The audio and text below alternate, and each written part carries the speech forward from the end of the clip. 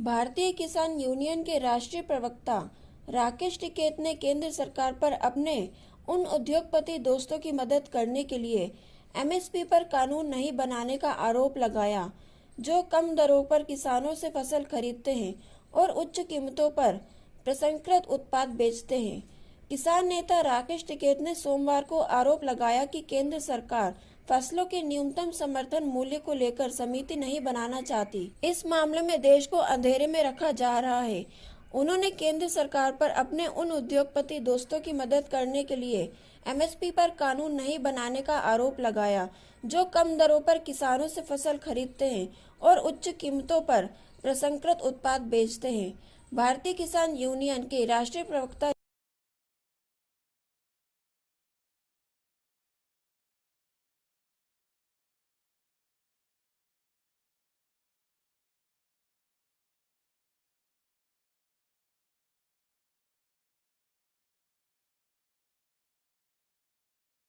की कागजात में कहा गया है कि भविष्य की नीति के लिए किसानों से सलाह ली जाएगी, लेकिन कोई परामर्श नहीं हुआ और देश के विभिन्न हिस्सों में विरोध के बावजूद विधेयक लाए गए।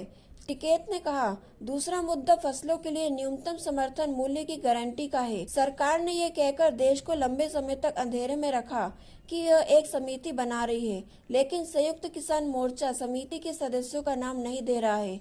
उन्होंने कहा, जब समिति बनाने का समय था तब उन्होंने कहा था कि हमें नाम दे और हम समिति की घोषणा करेंगे, लेकिन वो एमएसपी के लिए समिति नहीं थी। इसका क्या मतलब है? इसका मतलब है कि सरकार एमएसपी के लिए समिति नहीं बनाना चाहती।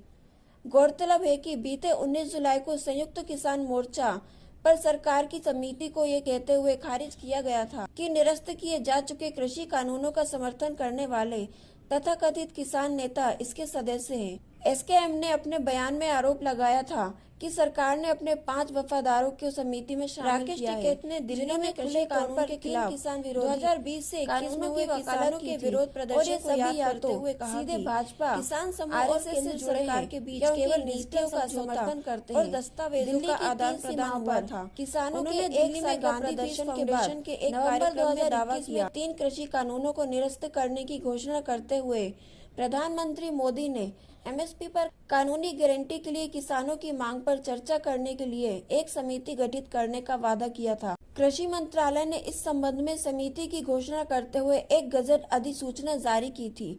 समाचार एजेंसी पीटीआई के मुताबिक टिकैत ने सोमवार को मांग की कि एमएसपी सिस्टम पूरे देश में लागू किया जाए। उन्होंने कहा, सरकार कागज पर कुछ दिखाती है और कुछ अन्य दरों पर फसलों को खरीदती है। केंद्र सरकार के कारपोरेट मित्र फसल को सस्ते दामों पर खरीदते हैं और प्रसंस्करण के बाद उच्च कीमत पर बेचते हैं। इससे सरकार एमएसपी पर कानून बनाना नहीं चाहती है। हिमाचल प्रदेश और जम्मू कश्मीर के अपने दौरे पर हवाला देते हुए उन्होंने किसानों, सब्जी और फल उत्पादों की दुर्दशा पर प्रकाश डाला, जिसमें मांग की गई थी कि सब्जियों, फलों और डेयरी उत्पादों पर एमएसपी निर्धारित किया जाए ताकि किसानों के शोषण को रोका जा सके।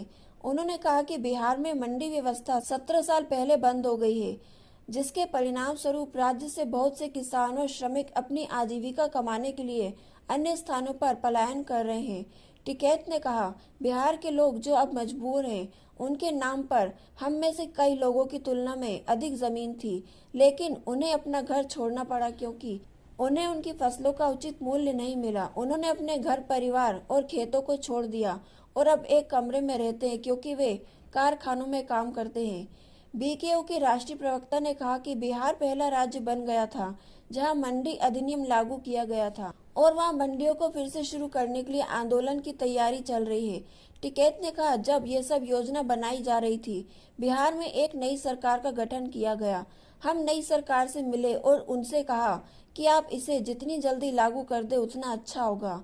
उन्होंने कहा, नई सरकार के साथ हमारी बैठक में हमने उनसे कहा कि सबसे पहले उन्हें मंडियों को फिर से शुरू करना चाहिए। 6 सितंबर को हमारी एक बैठक है जिसमें बिहार के मंडी प्रणाली के पुनरुद्धार पर विचार विमर्श किया जाएगा।